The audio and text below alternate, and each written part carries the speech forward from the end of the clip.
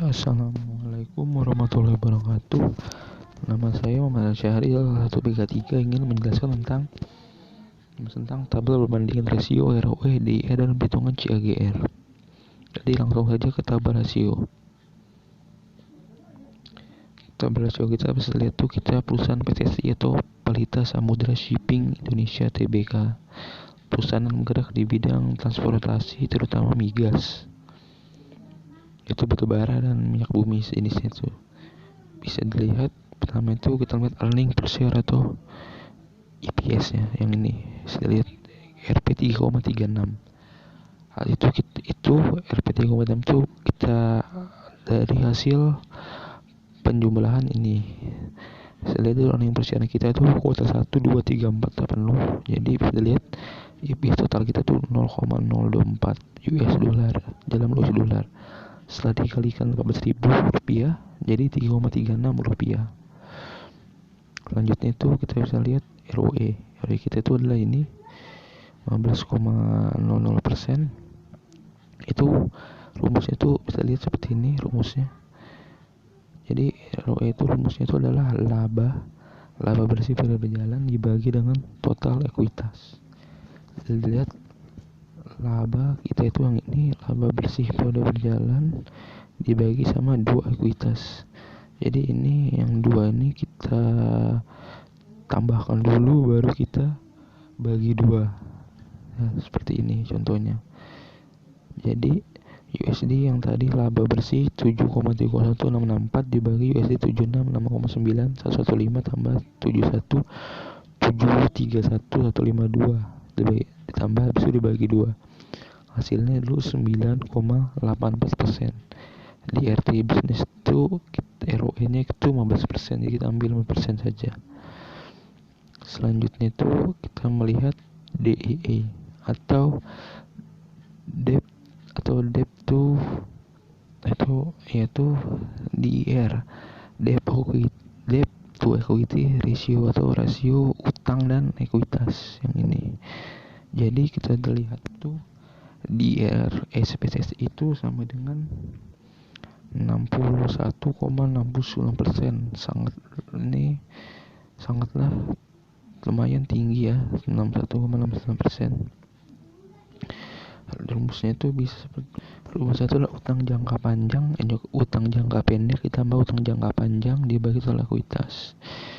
Jadi bisa dilihat utang jangka pendek jangka panjangnya itu yang ini liabilitas jangka pendek dan jangka panjang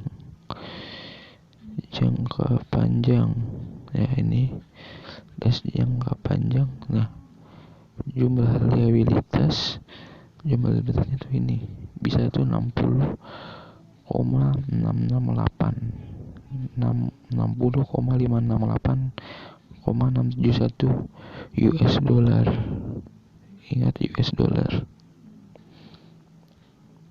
Nah, habis itu dibagi dengan total ekuitas. Ekuitasnya itu adalah yang ini 76.669,115. Nah, jadi seperti ini total hutang dibagi total ekuitasnya menghasilkan 79%. Di RTI bisnis aplikasinya 61,69%.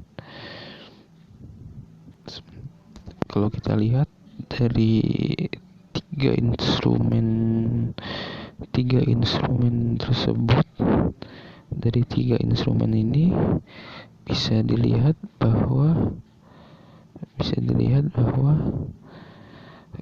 perusahaan kita ini memiliki perusahaan dari ROE ini dari PSSI ini memiliki beberapa keunggulan.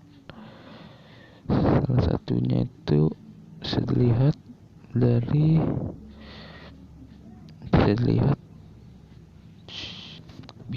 tuh dari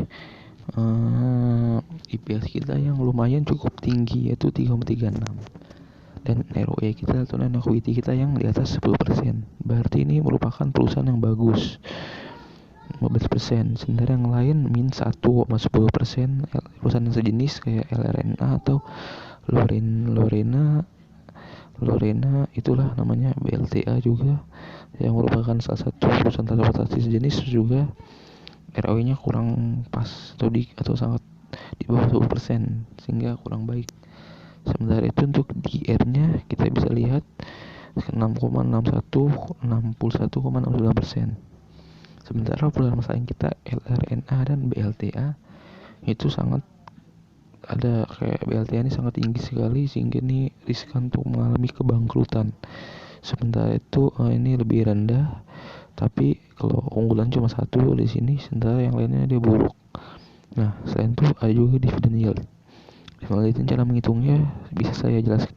Jadi dividend yield itu kayak rumusnya seperti ini: cumdet 12 di sini DPS dibagi 1,9 tuh market price tanggal 11 bulan 6 2019. 7,1% di RTI berarti 8,1%. Jadi bisa dilihat tuh kita ini mengalami ada beberapa keunggulan,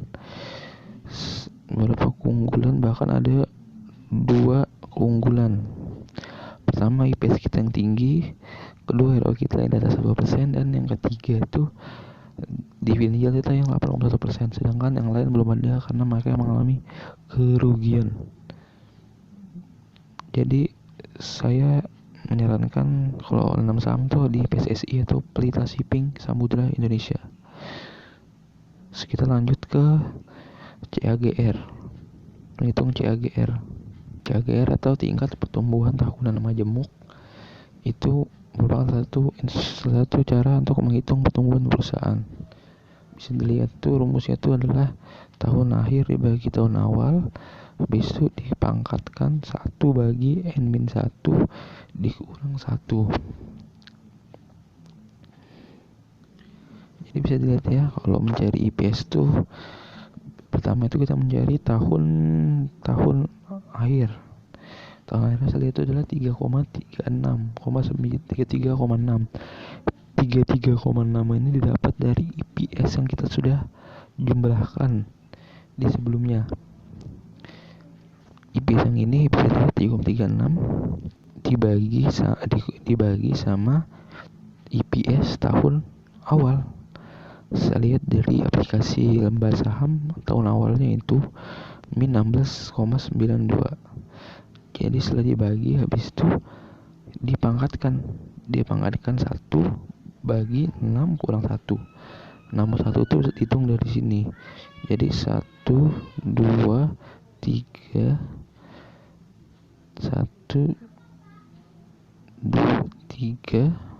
4 5 6.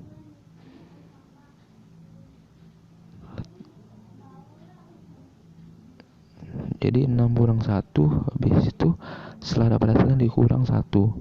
Setelah menghapus jumlah, lihat itu adalah 1,3971 atau 1,3%. Bisa dilihat seperti itu. Mohon maaf, itu hasilnya itu adalah 1,39%, min 1,39%. Jadi pertumbuhan itu min 1,39%. Sekian dari saya. Kalau salah mohon maaf. Assalamualaikum warahmatullahi wabarakatuh.